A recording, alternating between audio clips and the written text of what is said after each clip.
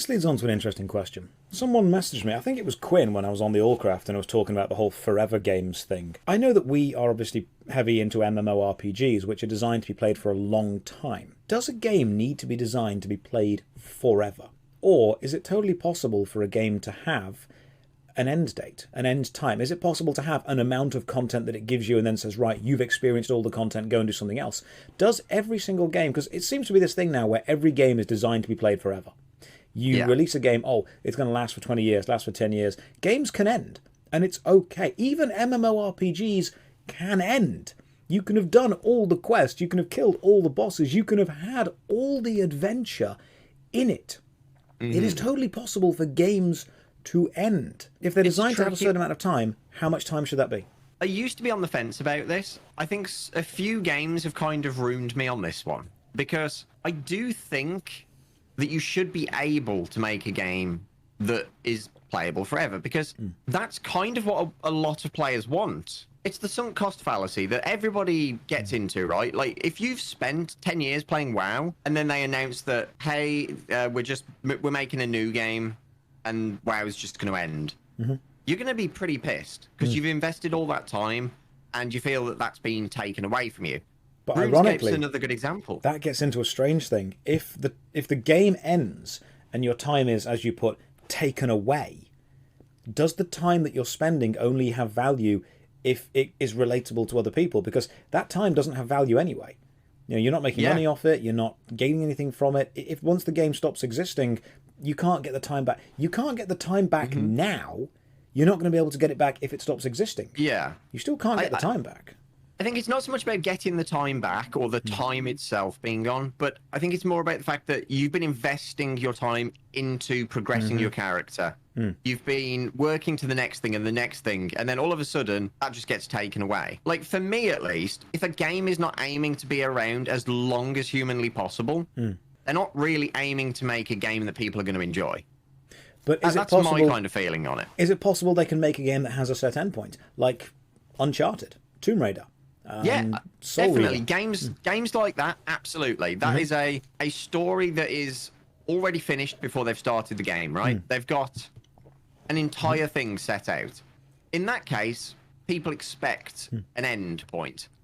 But I think in MMOs, definitely, or but do you think things RuneScape, like Diablo Immortal, they should have done. Do you think RuneScape has an end point? Once you've done every quest in the game, once you've killed every boss and you've got every 99, once you sit back and say there is nothing left to do, that seems like an endpoint. Yes. Now, that actually kind of brings me on to another topic that we'll probably tangent into. They always used to release every 3 years a new skill. And players would never be running out of things to do at that point. Like, sure, if you were already completed with everything and a new skill comes out, might last you the better part of a year and a half of just chilling and playing. But there's always more to come back to and more to do.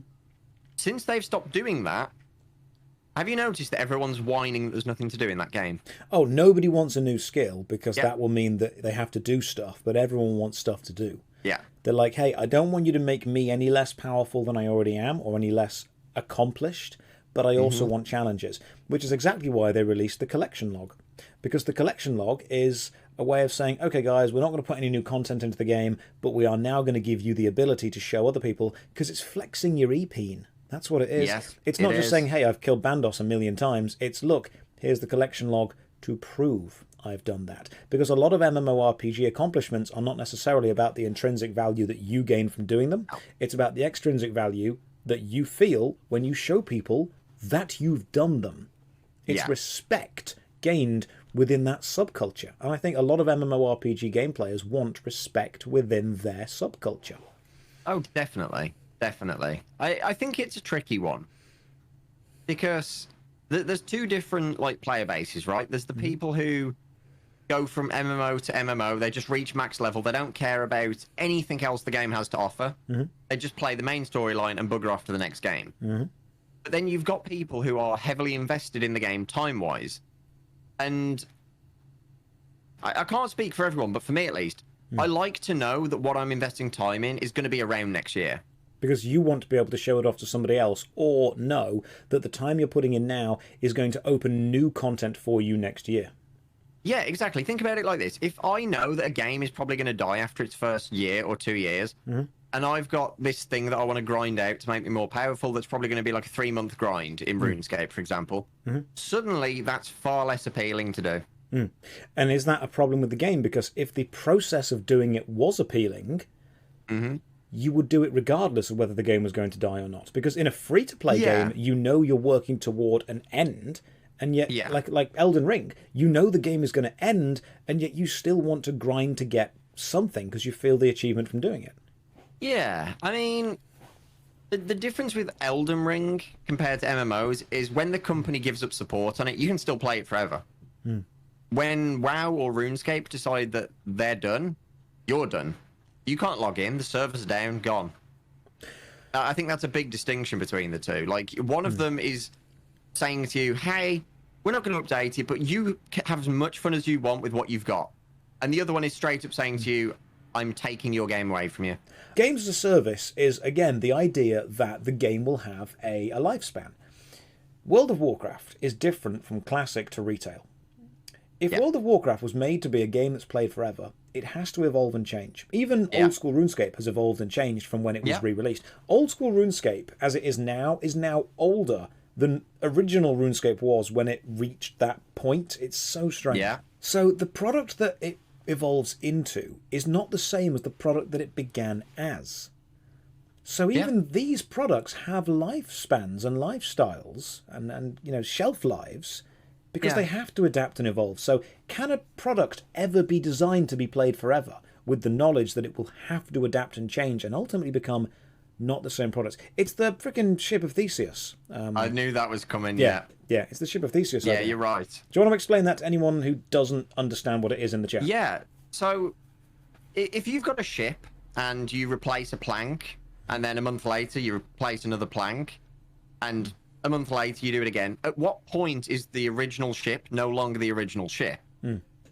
Because it's happened over such a slow period of time that you've not cared. Yeah. But it is no longer the original thing. There's a joke about this in Only Fools and Horses. People in the chat have picked up on it, called Trigger's Broom. I don't know if you ever watched the old Only Fools and Horses TV show, but I did, yeah. I watched some. Triggers walks up and he goes, I've had this broom for like 15 years. It's had 7 new handles and 3 new heads.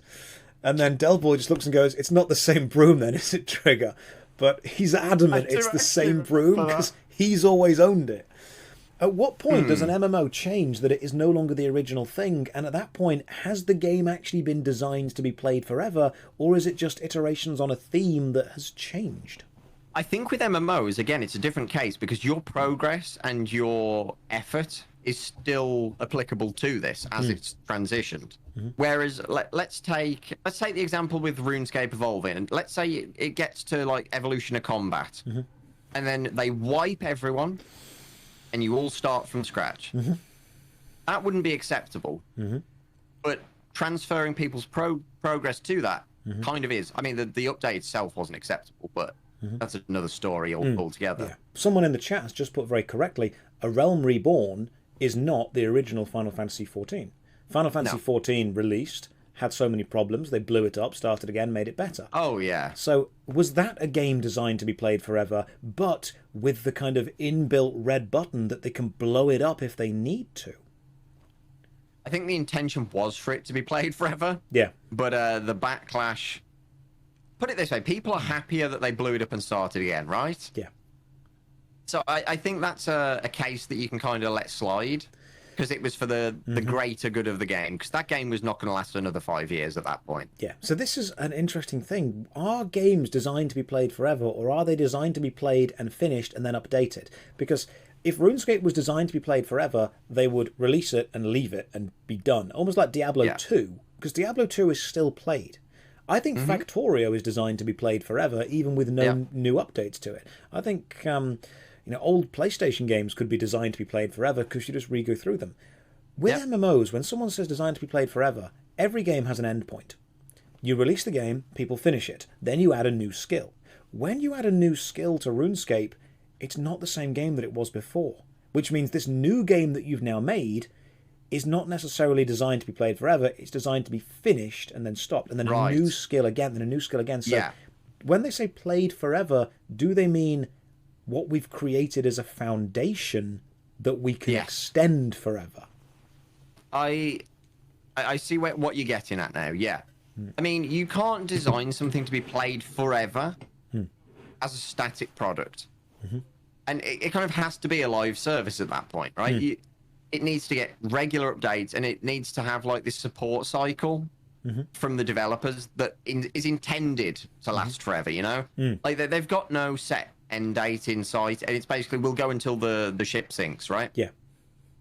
That's what I feel MMOs should be doing more of now. Whereas nowadays we're getting MMOs that come out, rake in a load of money, and end support almost immediately on it. Yeah. But you know, that phrase you just said, we'll go until the ship sinks. What a lovely phrase, because that's made me think of a couple of things. Imagine you're in a ship and it's being battered by the waves, and everyone on board is very, very, very quickly trying to fix it. That is an exciting time. It's dangerous, but it's exciting, and it's memorable, and it's energetic. And once you've fixed it, and it's all smooth sailing, and there's no more problems to overcome, you kind of think, I miss the struggle. I miss the rush when we were about to be defeated. I want that back. So you go into even more dangerous waters, and it's difficult again, so everyone rushes to fix the ship. And then you fix it again, you go into more waters, and you rush to fix the ship. At what point do you realise that you're just endlessly struggling and endlessly throwing updates at this process to keep it going for the sake of keeping it going? We need to remember that games don't look at it that way. They look at it as going through a struggle, seeing massive profits because they've updated the game and brought lots of players back to it, and they'll rinse and repeat. And that is arguably easier than them taking 6 to 10 years to develop a massive MMO to do it again. Yep. Like, it's kind of like the initial investment of making the game, and then you've got plain sailing in, you know, in perspective to that. I remember when I was talking to current developers of Otherland, and I said to them, what do you think the next big MMORPG is going to be? And very, very correctly, I think they said to me, it already exists. Because they see a new expansion as effectively a new game. So a new expansion of World of Warcraft changes around how it plays. A new expansion to Guild Wars 2 changes it. A new expansion to Elder Scrolls Online changes it. RuneScape, a massive new expansion, could change it. When people say they want a new MMORPG, and they think, okay, I'll wait 6 or 7 years for a new game to be developed and then release, there is no way that a new MMO can release with as much content and as much polish and as many problems overcome as all the games that exist currently do. No game will release with as much to do as World of Warcraft, or as much to do as Guild Wars 2, or as much to do as RuneScape. You're spot on with that, and that is why we're not seeing any new MMOs, you know, bursting into the space and taking the world by storm, because they can't. They physically cannot. Yeah. Look at it like this, right? Let's say we were waiting to release Nightmare World until we'd got as much content as other games. We would literally never release, because by the time we've caught up to where they are now, they're an expansion or two ahead. Like, you are forever playing catch up. So new MMOs need to not focus on the amount of content. There needs to be enough there still, but they need to focus on making that content as enjoyable as possible and as like meaningful as possible. Because that's the only way they're ever going to break into the market now. I was having this conversation with someone a few days ago, and they said to me that they see it as almost like when a new MMO releases, it's like a new TV show releasing. It doesn't need to have every single episode to it. It just needs to have a small episode to it. And I said, I don't necessarily think a new MMO releasing is like a new TV show. I think it's like a new TV channel trying to release. It's like a new streaming service. So you've got Netflix, you've got Amazon Prime. We'll talk about The Boys in a second, because I know that you're getting into that. And no spoilers in chat, but holy hell, how good is The Boys? I am 1.5 seasons in, and I am loving it. Mate, I watched I'm caught up with season 3 at the minute. No spoilers in chat, guys. Seriously, respect that. But holy hell, The Boys is amazing. Like, I've never properly punched the air with happiness at what happened. It's like, yes. I just love the gore and violence. A username is saying #ad. No, it's not #ad. It's a TV show that I genuinely think is brilliant. And Josh told me to watch it, and bet a year ago I'd watched the first 2 episodes, and I was like, not for me. Yeah. And then No, get into it, man. I was sat down for like 4 hours and just watching through it, and I was like, you know what? Yeah. I get it. Yeah. I get it. And I've been hooked on it for the last like week. But when someone says, hey, we're going to make a brand new MMORPG, what someone expects is a new TV or streaming service to release with as much content as Netflix, with as much content as Amazon Prime. If a new MMO releases, and new MMOs release often, especially in like the East, they just won't have as much content. We've had this discussion before. Eastern MMOs actually release with a death date kind of in mind. They know they're only going to last 2 or 3 years, and so as soon as they release, they're like FIFA. Over there, they release, they know they're going to be there for a year or two, then they just make another one.